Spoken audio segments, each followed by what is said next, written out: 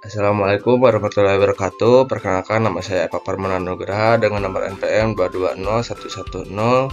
2201110521214 dari kelas 2B, Prodi Pendidikan Guru Sekolah Dasar Fakultas Keguruan dan Ilmu Pendidikan Universitas 11 April Sumedang. Video ini saya buat untuk memenuhi salah satu tugas mata kuliah media pembelajaran.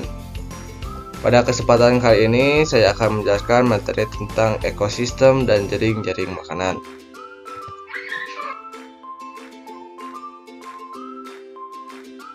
Lanjut, materi yang pertama yang akan saya bahas yaitu pengertian ekosistem. Apa sih pengertian ekosistem? Ada yang tahu? Pengertian ekosistem adalah hubungan timbal balik antara makhluk hidup dengan komponen abiotik dalam satu kesatuan tempat hidup. Ekosistem bisa dikatakan juga suatu tatanan kesatuan secara utuh dan menyeluruh secara segenap unsur lingkungan hidup yang saling mempengaruhi. Dalam ekosistem terdapat ada dua komponen, yaitu komponen biotik dan komponen abiotik. Nah, kalian pasti pada bertanya, apa sih bedanya komponen biotik dan komponen abiotik? Nah, di sini Bapak akan menerangkan apa itu pengertian komponen biotik dan komponen abiotik. Yang pertama, komponen biotik merupakan komponen yang ada di alam meliputi semua makhluk hidup seperti manusia, hewan, dan tumbuhan. Komponen ini nantinya akan membentuk rantai makanan yang akan menjaga kestabilan sebuah ekosistem.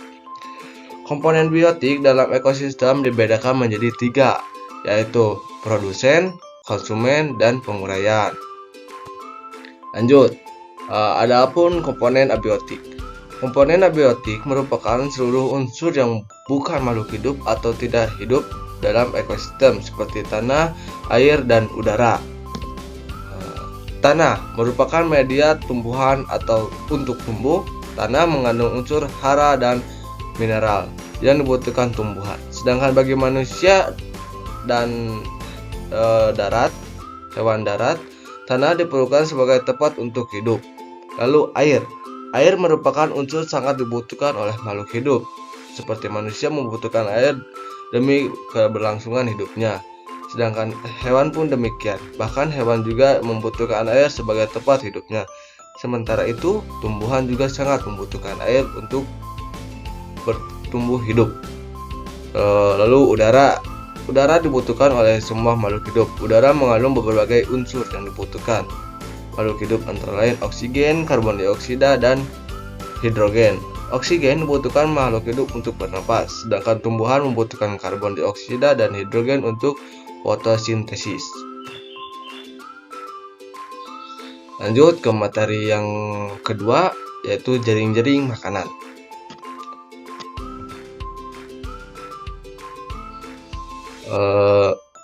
Jaring-jaring makanan merupakan kumpulan dan beberapa rantai makanan yang memiliki keterkaitan antara satu dengan yang lainnya, sehingga jaring makanan akan terbentuk seperti jaring laba-laba. Tak hanya itu, jaring makanan dapat meningkatkan kemampuan adaptasi dan persaingan untuk bisa bertahan hidup. Nah, di sini kalian pasti bertanya, kan Pak, ada rantai makanan dan jaring-jaring makanan. Apa sih bedanya rantai makanan dan jaring-jaring makanan? Nah, di sini Bapak akan menjelaskan apa sih bedanya rantai makanan dan jaring-jaring makanan. Rantai makanan adalah perpindahan energi makanan dari sumber daya tumbuhan ke hewan melalui jenjang makanan. Sedangkan jaring-jaring makanan adalah kumpulan dari beberapa rantai makanan yang saling berhubungan. Lanjut ke materi yang ketiga, yaitu jenis-jenis ekosistem. Nah, di sini ada dua macam ekosistem, yaitu ekosistem alami. Ekosistem alami adalah ekosistem yang terbentuk secara 100% secara alami tanpa ada campur tangan manusia. Ekosistem alami adalah ekosistem yang terbentuk secara alami. Ekosistem alami